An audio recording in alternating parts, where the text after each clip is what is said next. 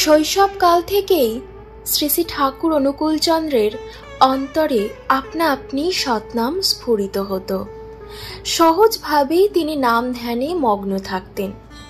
কোনো উদ্দেশ্য নিয়ে তিনি নাম করতেন না। এক অনিবর্চনীয় আনন্দানুভূতির জন্য তিনি সদাই নাম ধ্যানে নিমগ্ন থাকতেন। এই অবস্থায় আধ্যাত্ম লোকের আশ্চর্য সব অনুভূতির সঙ্গে প্রত্যহ তার পরিচয় ঘটত। নাম করতে করতে ভাবাতিশয্যে তিনি কখনো কখনো অনুভূতির রাজ্যে ডুবে যেতেন, বাহ্য জ্ঞান শূন্য হয়ে মাটিতে পড়ে যেতেন। কখনো জ্যোতিষ সমুদ্রে মানুষ সন্তরণ করতে করতে দর্শন লাভ করতেন নানা দেবদেবীর মূর্তির। নামময় অবস্থায় কোনো গাছের ডালকে স্পর্শ করলে গাছের ডালে পাতায় পাতায় দেখা যেত আশ্চর্য শিহরণ। তাছাড়া তার সারাশীল দেহে নানা ধরনের অদ্ভুত অবস্থাতেই প্রায়ই দেখা যেত। এসব দেখে অনেকেই তার কঠিন হিস্টেরিয়া রোগ বা মস্তিষ্ক বিকৃতি হয়েছে বলে মনে করতেন। অনেকে আবার তার উপর ভূতপ্রেতের আশ্রয় হয়েছে বলে মনে করতেন। জননী মনমোহিনী দেবী পড়লেন মহা দুশ্চিন্তায়। তিনি প্রতিবেশীদের পরামর্শে পুত্রকে ওঝা বদ্যি দেখিয়ে ঝাড়ফুঁক তাবিজ কবজ দিয়ে সুস্থ করে তোলার জন্য বিস্তর চেষ্টা করলেন। তাতে বিফল হয়ে অবশেষে পুত্রের সকল অবস্থার বর্ণনা দিয়ে চতুর্থ সন্ত সদ্গুরু সরকার সাহেবের অর্থাৎ বাবু কামতা প্রসাদের নিকট পত্র লিখে পাঠালেন। পত্র প্রাপ্তিতে সরকার সাহেব সব বৃত্তান্ত জেনে জননী দেবীকে জানালেন, ওই সকল মোটেই মস্তিষ্ক বিকৃতির লক্ষণ নয়, এগুলি আধ্যাত্মিক রাজ্যের অতি উচ্চ স্তরের অনুভূতির পরিচয়। তিনি মাতাকে অভয় দিয়ে লিখলেন, ছেলের অবস্থা ধীরে ধীরে আপন নিয়মে স্বাভাবিক হয়ে আসবে। তিনি জননী দেবীকে নিজ অনুভূতির রাজ্যে সহজ বিচরণশীল পুত্র অনুকূল চন্দ্রকে সৎ নামে দীক্ষাদান করতে বললেন। জননী দেবী সরকার সাহেবের আদেশ পেয়ে অনুকূল চন্দ্রকে দীক্ষা দিলেন সৎ নামে। নাম পেয়েই তিনি বাহ্য জ্ঞান হারালেন। বুঝি বা চৈতন্য সায়রে অনাহত নাদন তরঙ্গে নিমজ্জিত হলেন। কিছুক্ষণ পরেই বাহ্য জগতে ফিরে এলেন। এসেই মাকে বললেন, মা, এই নাম তো আমি করেই থাকি, বারবার তো এই নামই করি। জননী দেবী সবিস্ময়ে জিজ্ঞাসা করলেন, এই নাম তুই কোথায় পেলি? অনুকূলচন্দ্র উত্তরে জানালেন, সে আমি জানি না, তবে জন্মাবধি আমি এই নাম করে আসছি। অনুকূলচন্দ্র এরপর নাম ধ্যান সংক্রান্ত তার সকল অবস্থা অনুভূতির কথা মাকে সরলভাবে সবিস্তারে বর্ণনা করলেন। সৎ নামের পরম সাধিকা মনমোহিনী দেবী পুত্রের মুখ থেকে ষটচক্রভেদ থেকে আরম্ভ করে ওঙ্কার এবং তার পরবর্তী সত্যলোক, অলোকলোক, অগম লোক, অনামী লোক প্রভৃতি আধ্যাত্ম লোকের অতুচ্চ ধামসমূহের সমস্ত অনুভূতির কথা সুস্পষ্ট রূপে শুনলেন। এতে মাতা যুগপৎ বিস্মিত এবং আনন্দিত হয়ে বললেন, এই নামই তো আদি নাম, সৎ নাম। তিনি অনুকূল চন্দ্রকে ওই নাম অনুশীলন করার পর নির্দেশ দিলেন। পরবর্তীকালে তিনি অন্তরঙ্গ পার্শ্বদের নিকট কথা প্রসঙ্গের মাঝে মাঝে বলতেন, জানি নামই আমার ভিত্তি, তাই মাতৃগর্ভে থাকতেই আমি নাম করতাম। সরকার সাহেবই আমার গুরু। মায়ের গুরু হুজুর মহারাজকেও ছোটবেলা থেকে খুবই শ্রদ্ধা ভক্তি করি। তাদের কাউকেই আমি কখনো দেখি নাই, এজন্য মাঝে মাঝে খুব কষ্ট হয়। তখনই মায়ের দিকে তাকিয়ে শান্তি পাই। মাই আমার আদর্শ, সত্যই মাতাই তার আদর্শ। অন্নপ্রাশনের সময় মাতা মনমোহিনী দেবী পুত্র অনুকূলকে স্বরচিত যে 4 ছত্র ছড়ার মাধ্যমে আশীর্বাদ করেছিলেন নামকরণ উপলক্ষে, তাকে বিশ্লেষণ করলে দেখা যাবে শ্রী শ্রী ঠাকুরের যাবতীয় লোককল্যাণ এবং লোকসেবা কর্মের ভিত্তিই হচ্ছে মায়ের ওই আশিস ছড়া। তিনি বলতেন, মাকে খুশি করার জন্যই তার যাবতীয় আয়োজন, যাবতীয় কর্মের বিপুল উদ্যোগ। মাতৃদেবী তিরোধানের পর কতবারই বলেছেন, মাকে হারানোর দুঃখটাই তার মধ্যে মা হয়ে জীবন্ত আছেন। সরকার সাহেবের আদেশে জননী দেবী অনুকূলচন্দ্রকে আনুষ্ঠানিক দীক্ষা দান করলেন, কিন্তু অবিরাম নামাভ্যাসের কোনো পরিবর্তন ঘটল না, বরং তা আরো তীব্রতর হয়ে উঠল। নামময় অবস্থায় তিনি যাতে মনোনিবেশ করতেন তার অবস্থা প্রাপ্ত হতেন। একাগ্রমনে গাছের প্রতি মনোনিবেশ করলে নিজেই যেন গাছ হয়ে গেছেন বলে বোধ করতেন। তখন তিনি যেন মাটি থেকে রস সংগ্রহ করছেন, সূর্য কিরণে পাতায় খাদ্য তৈরি করছেন। গাছের ফুল ফল হওয়ার আনন্দ, তার আঘাত বেদনা সুখ দুঃখ গাছের মতোই নিজে অনুভব করতেন।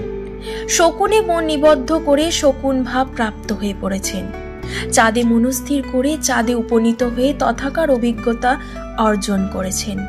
এইভাবে বিশ্ব প্রকৃতির বিচিত্র দুর্গেয় রহস্যের সমাধান তার প্রত্যক্ষ অনুভূতির নিকট ধরা পড়ত। কলকাতায় অধ্যয়নকালে একবার দক্ষিণেশ্বর শ্রী শ্রী রামকৃষ্ণের ঘরের দিকে গিয়ে তার খুব চেনা চেনা মনে হয়েছিল। আগে সোনার দরুনও এমন লাগতে পারে বলে তিনি মন্তব্য করেছেন। কে একজন জল দিচ্ছিল। পিপাসা নিবারণের জন্য তার কাছে জল না পেয়ে রাগে দুঃখে তিনি পঞ্চবটি তলায় গিয়ে ঘুমিয়ে পড়লেন। ঘুমের মধ্যেই দেখলেন কালো হলেও অত্যন্ত স্নিগ্ধ রূপ নিয়ে কাছে এসে তার মাথাটা মা কালী নিজের হাঁটুর উপর রাখলেন আর আদর করে বললেন, তুই সবার সামনে খেতে চাইলে আমি কি তা দিতে পারি? এই বলে তিনি অনুকূলচন্দ্রকে উজ্জ্বল থালায় লুচি বরফির মতো সন্দেশ খাইয়ে দিলেন। জল খাওয়ার পর কারো ডাকে তার ঘুম ভাঙল। দেখলেন খিদে তেষ্টাও নেই। রাত 10টা পর্যন্ত কত প্রয়োজনে হাঁটাহাঁটি করেও সেদিন তার খিদে পায়নি। আরও নানা সময়ে নানা ঘটনায় তিনি মা কালীর দর্শন পেয়েছেন, দয়াও অনুভব করেছেন। বসে নাম করার সময় কতবার শ্রীকৃষ্ণ এসে অনুকূলচন্দ্রের কাছে বাঁশি বাজিয়েছেন। তিনি শ্রীকৃষ্ণকে তার সমবয়সী রূপে দেখেছেন। তিনি দেখেছেন শ্রীকৃষ্ণের গায়ের রং কালো নয়, দুর্বা ঢেকে রাখলে কিছুদিন পরে তার যে রং হয় অনেকটা সেই রকম। তাই বুঝে তিনি নবদুর্বাদল শ্যাম। অনুকূলচন্দ্র বলতেন, দুনিয়ায় সবই চেতন, অচেতন বলে কিছু নেই। সবারই সঙ্গে আদান প্রদান চলে, ভাব বিনিময় চলে। মাঝে মাঝে তার মনে হতো সবাই যেন মানুষ, গরু মানুষ, গাছ মানুষ, ঘাস মানুষ, সূর্য মানুষ, এমন কত কি। অনুকূলচন্দ্র বলতেন, সবই যেন আমি, গাছ আমি, পোকা আমি, রাম আমি, শ্যাম আমি, এক আমি এত হয়ে আছি। আমি আমার সঙ্গে এত কাণ্ড করছি, এ বড় বিচিত্র ব্যাপার। তাই কেউ যখন কারো ক্ষতি করতে চায় আমার বড় হাসি পায়। ভাবি, পরমপিতা তোমার কি খেলা? মানুষ নিজেরই ক্ষতি করতে চায় নিজে, কারো ক্ষতি করা যে নিজেরই ক্ষতি করা এইটুকুও বোঝে না। তিনি বলেছেন, নাম করতে করতে তার সারাশীলতা ও গ্রহণ ক্ষমতা এমনই বেড়ে যেত, তখন জগতে যা কিছুকে তিনি তীক্ষ্ণভাবে বোধ করতেন, এমনই ভাবে কখনো তিনি গরু হয়ে গেছেন, কখনো গাছ হয়ে তার দুঃখ এবং আনন্দ বোধ করছেন। নামময় হয়ে শ্রী শ্রী অনুকূলচন্দ্র যে এইসব বিচিত্র ঘটনাবলী প্রত্যক্ষভাবে অনুভব করেছিলেন, তার মূলে ছিল জীবজগতের প্রতি নিঃশর্ত ভালোবাসা, গভীরতম প্রেম। কোনো কিছু পাওয়ার আশায় তিনি নাম করতেন না, নাম না করে তিনি পারতেন না। তার মধ্যে আপনি নাম হয়ে যেত। নামের প্রতি অনুরাগী ছিল তার মূল বস্তু। তিনি বলেন, অনুরাগযুক্ত অনুশীলনে আমাদের মস্তিষ্ক কোষগুলির মধ্যে যতই দহন তাপের সৃষ্টি হয়, ততই শব্দ ও আলোর অনুভব করা যায়। এর মধ্য দিয়ে আমাদের সারাশীলতা ও গ্রহণ ক্ষমতা বৃদ্ধি পায়। জগতের যা কিছুকে তখন তীক্ষ্ণভাবে বোধ করা যায়। এই বোধগুলি আবার যতই ইষ্টসূত্র গ্রথিত হয়, ততই সমাহারী প্রজ্ঞার আবির্ভাব হয়। সুতীব্র অনুরাগ সমন্বিত নামাভ্যাস যোগে তিনি চেতনার গভীরতম স্তরে প্রবেশ করে সমগ্র সৃষ্টির অন্তর্নিহিত আদি কারণ সত্তার সাক্ষাৎ লাভ করতে পেরেছিলেন বলেই উপলব্ধি করলেন। বিশ্বের সবই সেই অনাদি একই প্রকাশ, সেই একই বিশ্ব ব্রহ্মাণ্ডের সবকিছুতেই বর্তমান। এই পরম চরম সত্যের প্রত্যক্ষে অনুভূতি তার সর্বসত্তায় অনুসূত হয়েছিল বলেই জল স্থল আকাশ বাতাস গাছপালা জীবজন্তু দুনিয়ার সবকিছুকে আত্মবৎ মনে করতেন। অর্থাৎ তিনি নিজেই যেন সবকিছু হয়ে আছেন, এমনই বোধ করতেন। তার প্রতিদিনের জীবনযাত্রায় সর্বকার্যে এই বোধ অসাধারণভাবে আত্মপ্রকাশ করত। দেখা গেছে এইভাবে আবিষ্ট হয়ে অনেক দিন তিনি অন্নগ্রহণে বিরত হয়ে পড়তেন।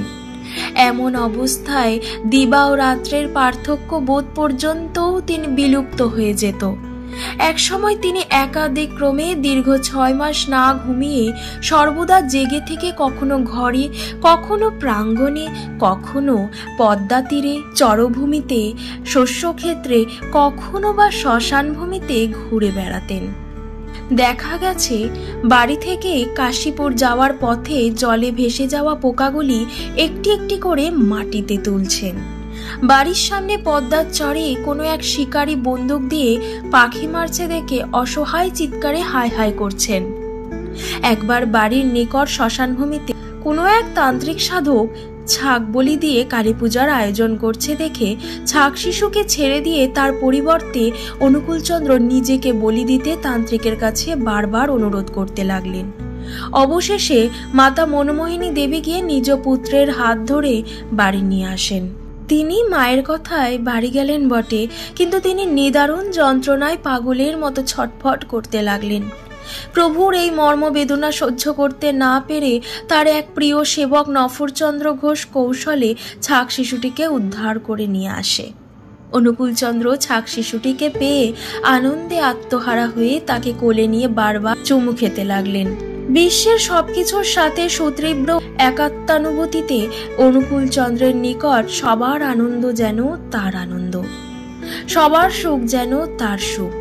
তেমনি সবার দুঃখ বেদনা তিনি আপন দেহে প্রত্যক্ষভাবে অনুভব করতেন। অনুকূলচন্দ্র একদিন তার কয়েকজন পার্ষদ সহ ঘোড়ার গাড়িতে করে কোথাও যাচ্ছিলেন। ঘোড়াকে দ্রুত গতিতে ছোটানোর জন্য গাড়োয়ান ঘোড়ার পিঠে সপাং সপাং চাবুক মারতে লাগলো। অনুকূলচন্দ্র যন্ত্রণায় আর্তনাদ করে গাড়ি থেকে লাফিয়ে নেমে যান। দেখা গেল ঘোড়ার পিঠের ওপর কষাঘাতের চিহ্ন, তার পিঠও দগদগে লাল দাগ হয়ে ফুটে উঠেছে। আশেপাশে তার অজান্তে কেউ কোনো গাছের ডাল কেটে ফেললে বা ঝড়ে গাছের ডাল ভেঙে পড়লে তিনি ওইসব ক্ষত স্থানে মাঠে গোবর খড় দিয়ে ব্যান্ডেজ করে তাতে নিয়মিত জল সিঞ্চন করে তার নিরাময় করে তোলার কতই না চেষ্টা করতেন। অনুকূলচন্দ্রের বিশ্ব সত্তার আত্মপ্রকাশের দুর্দমনীয় চাহিদা বয়োবৃদ্ধির সাথে সাথে উদ্দাম উচ্ছল হয়ে উঠতে লাগলো। সেই নিশানায় তিনি দিন রাত তারই ধ্যানে আত্মভোলা হয়ে থাকতেন। প্রাণের আবেগে কখনো পরমপিতাকে আর্তস্বরে ডাকছেন, কখনো তার মহিমা কীর্তন করছেন, কখনো তার প্রীতি সুখ স্পর্শে আহ্লাদে প্রফুল্ল হয়ে উঠেছেন, কখনো তার বিরহ বেদনায় আকুল ক্রন্দনে বুক ভাসাচ্ছেন। তার হৃদয়ের আবেগ উচ্ছ্বাস আকুতি প্রকাশ পেয়েছে তার রচিত গীতিমালায়, যেগুলি আজও সাহিত্য সঙ্গীত জগতের কাছে অজ্ঞাতভাবে গোপন গৃহে কালযাপন করে চলেছে।